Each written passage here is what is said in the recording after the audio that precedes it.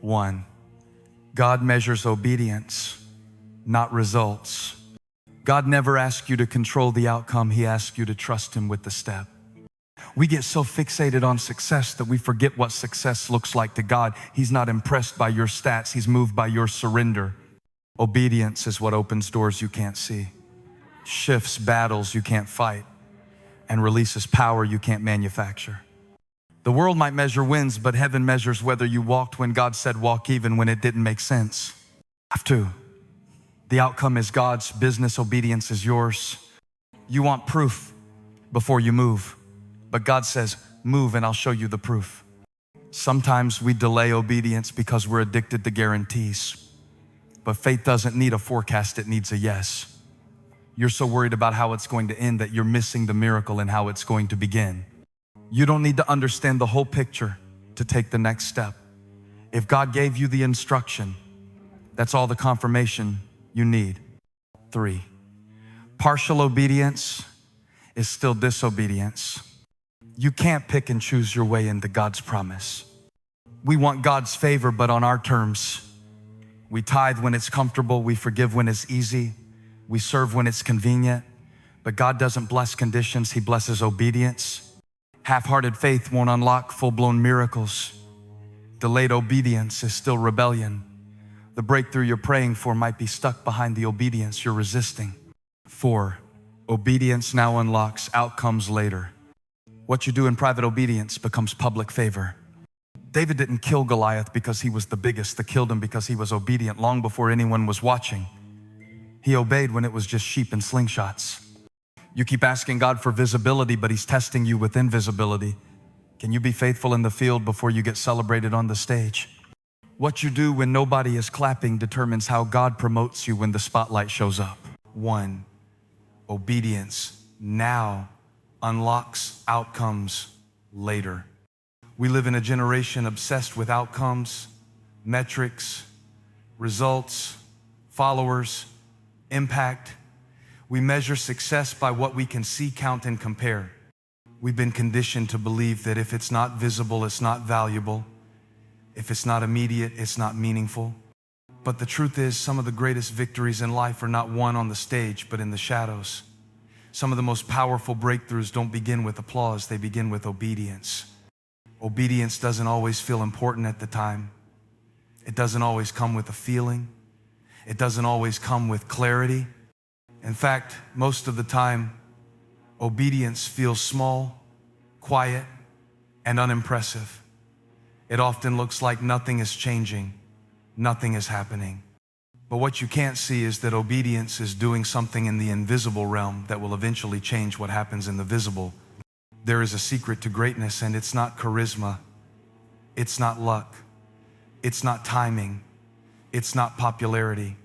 The secret to lasting influence, true purpose, and divine power is consistent obedience.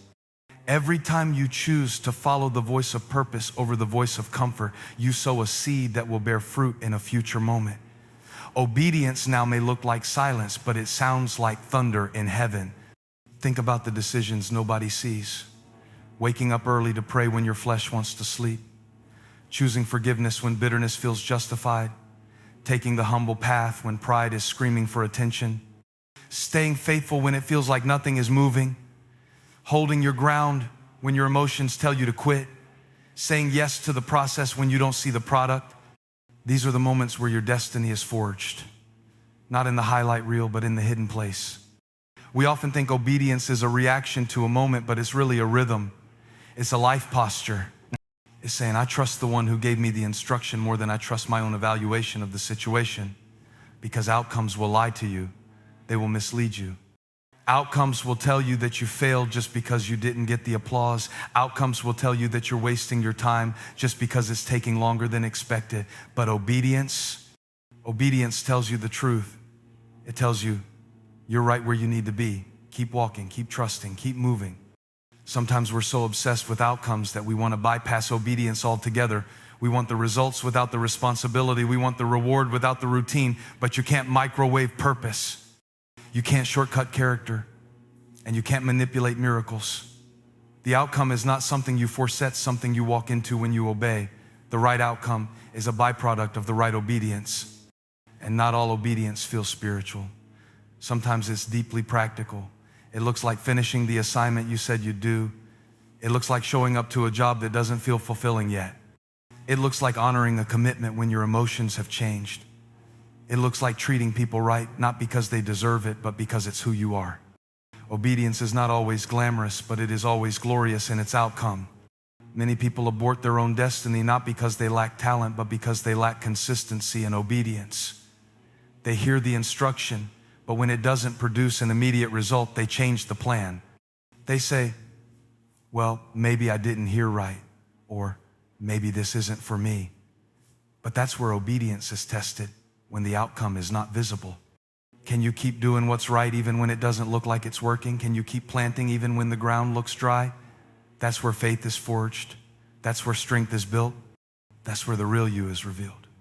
Obedience is the bridge between the promise and the payoff, between the calling and the completion, between the vision and the victory. You don't have to force the outcome, you just have to walk in obedience.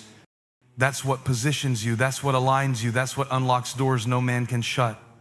When you're walking in obedience, even when it looks like you're going nowhere, you're actually stepping closer to destiny with every move.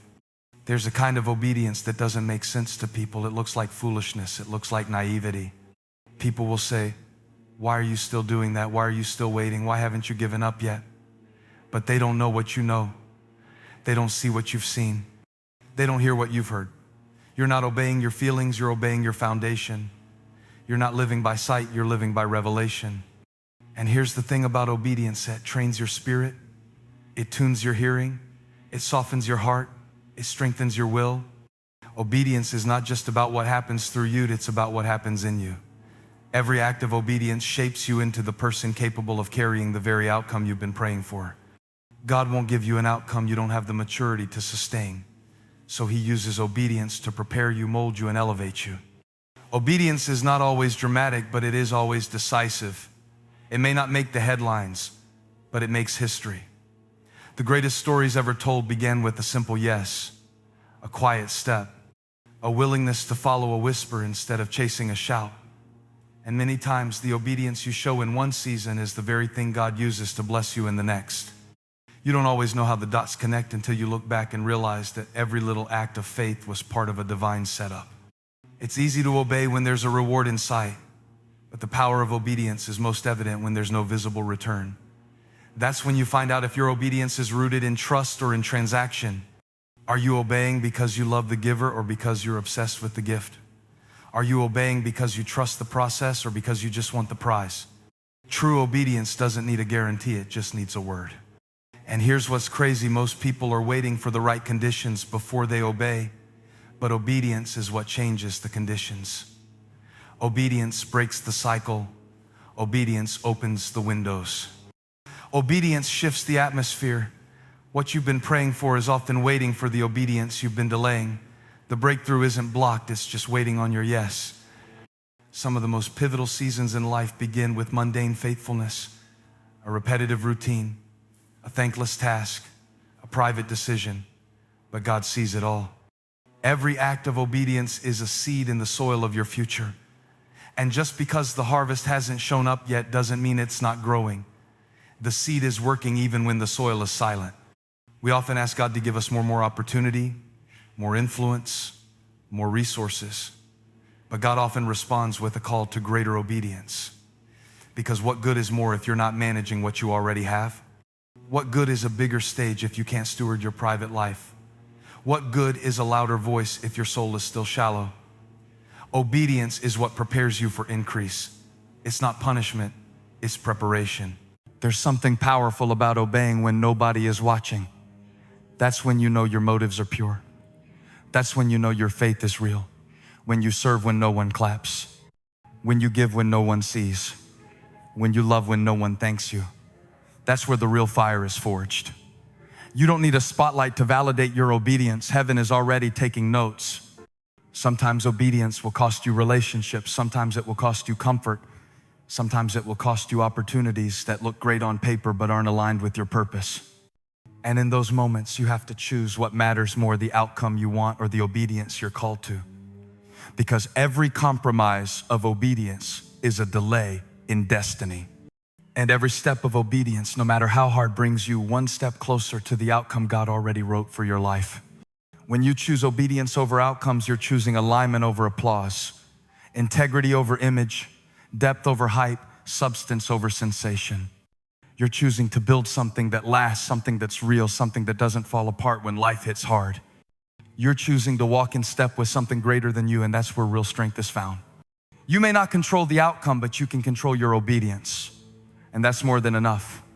Because when your obedience is surrendered, the outcome is secured.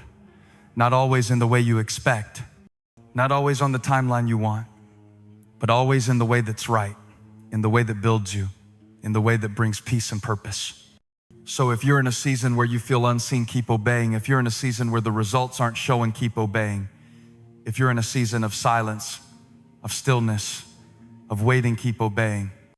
Because obedience now is unlocking something later, something bigger, something better, something beyond what you can imagine. Keep walking, keep trusting, keep saying yes.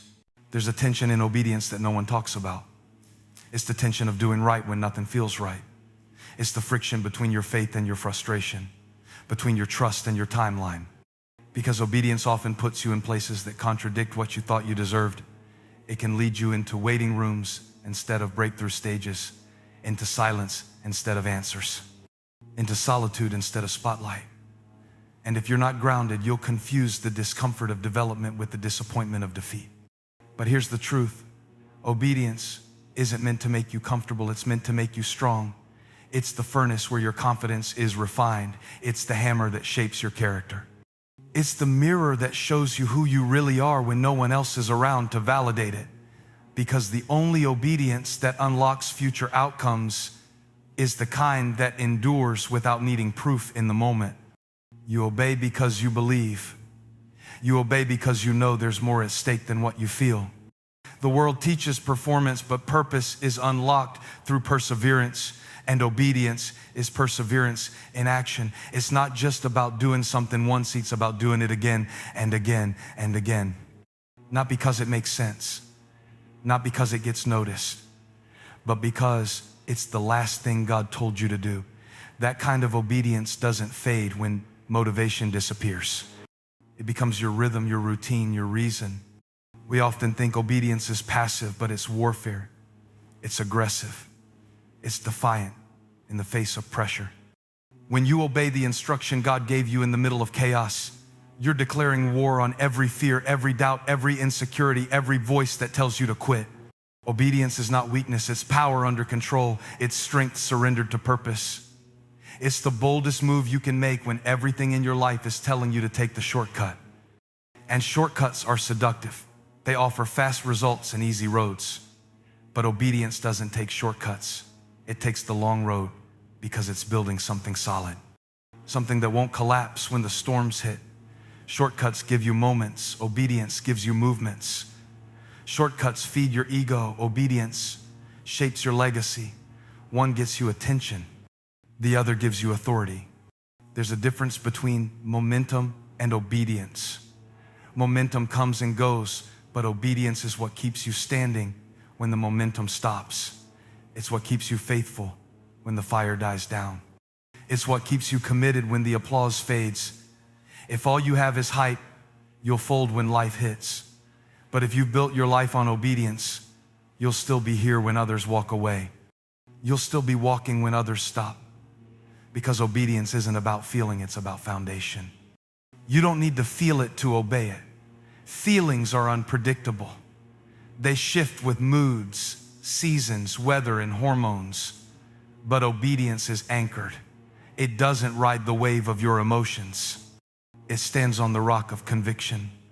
It's saying, I may not feel strong, but I know where my strength comes from. I may not feel ready, but I know the one who called me. Obedience says yes, even when your body says no. It steps forward even when your fear says stay. And that kind of obedience creates room for outcomes that are bigger than your capacity. Because when you walk in obedience, you're not walking in your own strength, you're walking in alignment. Obedience aligns you with grace, with provision, with protection, with divine timing, with supernatural doors you couldn't have knocked on yourself. You don't need to manipulate what obedience will manifest, just stay in position. What's meant for you will find you when you walk in obedience. The delay you're experiencing is not denial, it's development. You think the outcome is being withheld, but in reality, you're being prepared to hold what's coming. God doesn't want the blessing to crush you, so He uses obedience to strengthen your shoulders, to stretch your capacity, to deepen your roots. Because when the blessing shows up, it will weigh more than your insecurity can carry. That's why obedience feels heavy at times, sits lifting the weight before the reward arrives. There are things inside of you that will only be revealed through obedience. Gifting you never tapped into, strength you didn't know you had, wisdom that can't be learned in books, only in battle. And those battles are won when you choose obedience over outcome. When you say, even if it doesn't change today, I'll stay faithful. When you say, even if the door doesn't open right now, I'll keep knocking. When you say, even if no one claps, I'll still show up. There's a weight to obedience that can't be ignored. It costs something. It requires sacrifice. Obedience is the death of entitlement, the end of excuses, the burial ground of pride. It humbles you. It empties you. It makes room for something greater than you. And that's the beauty of obedience. It's not about self-exaltation. It's about self-submission. You don't obey to look impressive. You obey to be transformed. Obedience will often make you look strange, misunderstood, misplaced. People will ask why you're still doing it, why you're still waiting, why you're still walking when nothing is moving. But they don't understand what you're building. You're not building for applause, you're building for legacy. You're not obeying for validation, you're obeying for vision. And vision takes time. Vision requires process. Vision demands obedience without evidence. Because sometimes obedience means doing what you've done 1,000 times, but this time with a different perspective. It means going back to the same routine, but with renewed faith.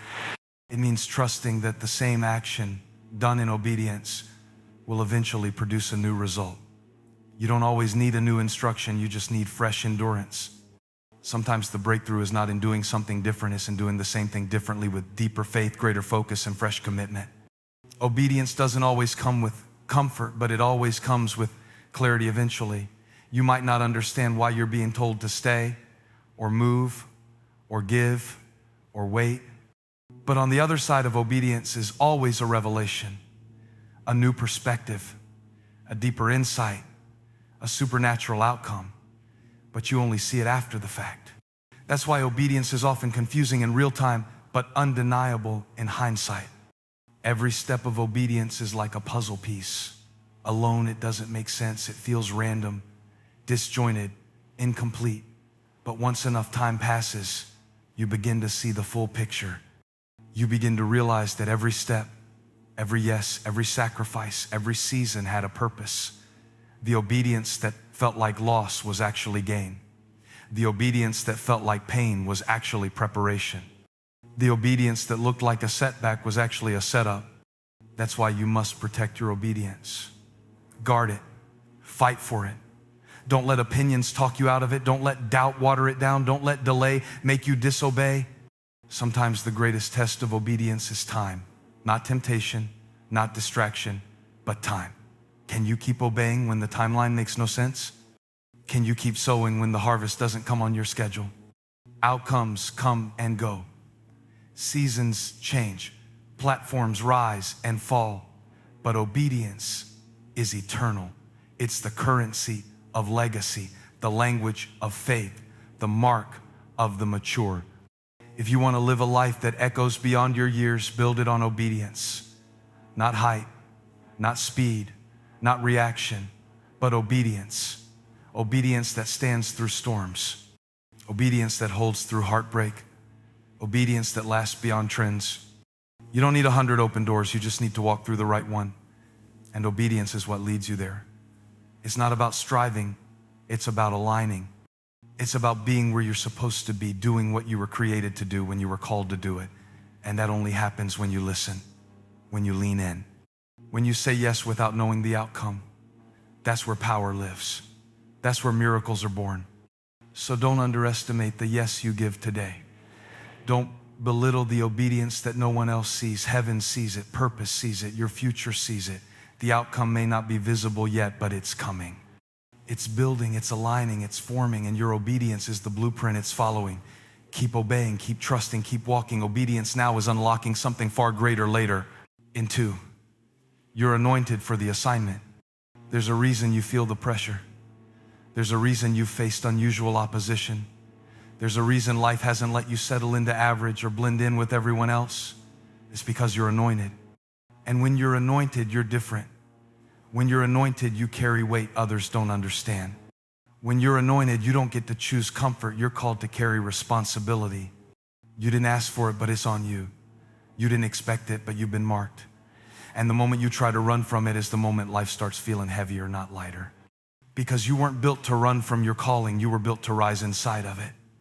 And when you're anointed for an assignment, God will use your life in ways that don't make sense to the people around you. People will misread you, mislabel you, misunderstand your journey. They'll say you're too intense, too focused, too deep. They'll say you should lighten up, take it easy, settle down. But what they don't realize is that ease isn't your assignment, impact is. Your life was never meant to blend in. It was meant to break patterns, set captives free, carry truth into dark places, and disrupt cycles that have been in your family for generations. You're not here to maintain what is, you're here to release what's never been seen. And that's what the anointing does. It gives you power for purpose, not for popularity. It's not about making your name great, it's about making His purpose visible through your life.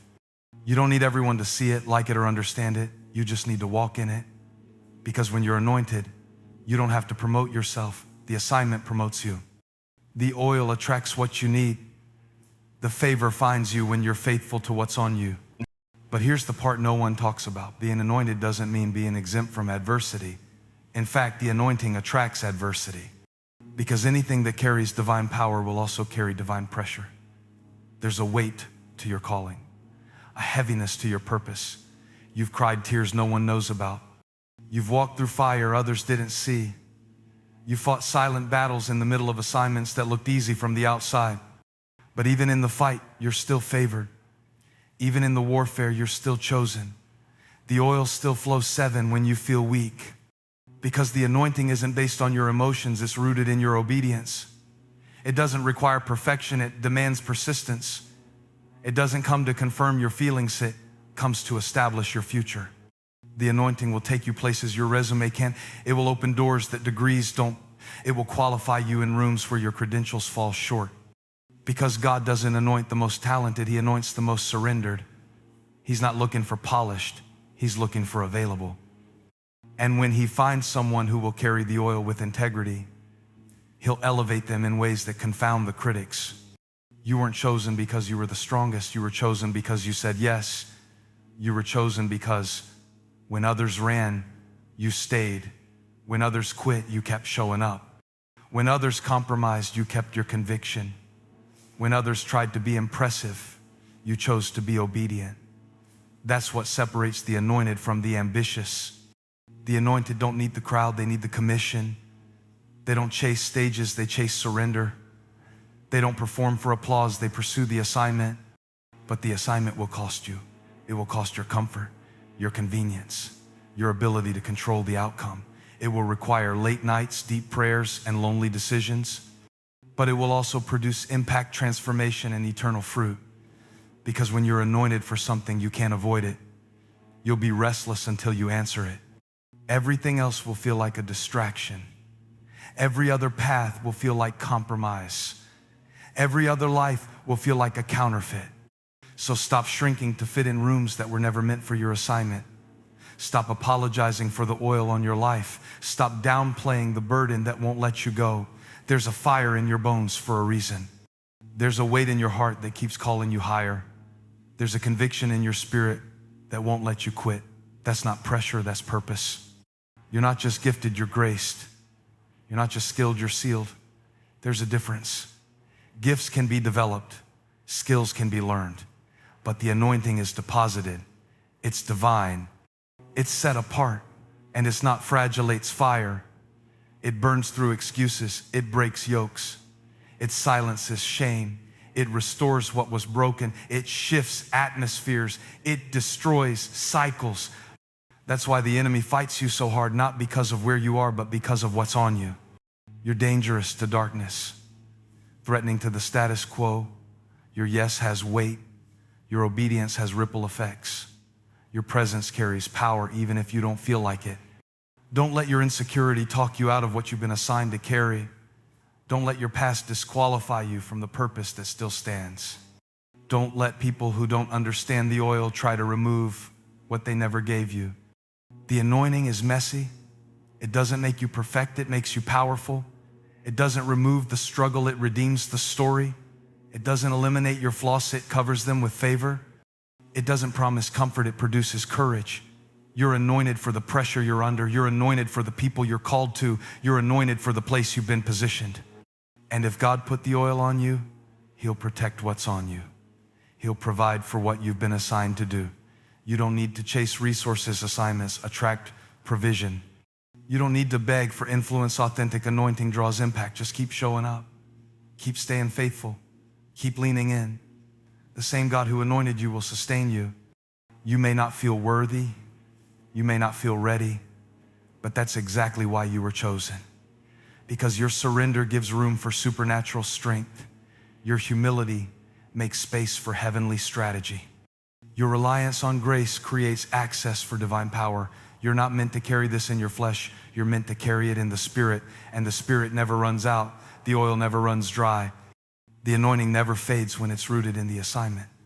So rise up, stand tall, walk like you know what's on your life, speak like you know your words shift the atmosphere, love like you know it breaks chains, lead like you know heaven backs you, pray like you know hell trembles when you open your mouth, serve like you know it sets people free, move like you know you're not just anyone, you're someone who's been marked for more. There will be days you doubt it, days you feel distant, days you feel disqualified, but feelings don't change the calling, feelings don't remove the oil.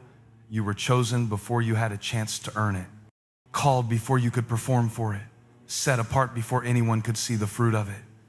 That's the power of the anointing. It's not based on public evidence. It's based on private surrender. You're not waiting to be anointed, you're walking in it. The moment you said yes, the oil started flowing, and it didn't come just to make you feel good, it came to equip you for impact. You've got something on your life that can't be copied, canceled, or contained.